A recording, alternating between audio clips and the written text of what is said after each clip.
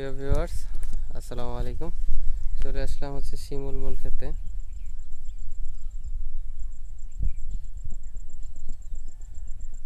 বিশাল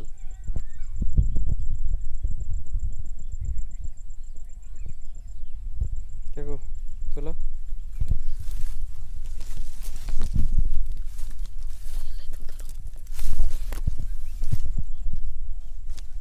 আরেকটা তুলো।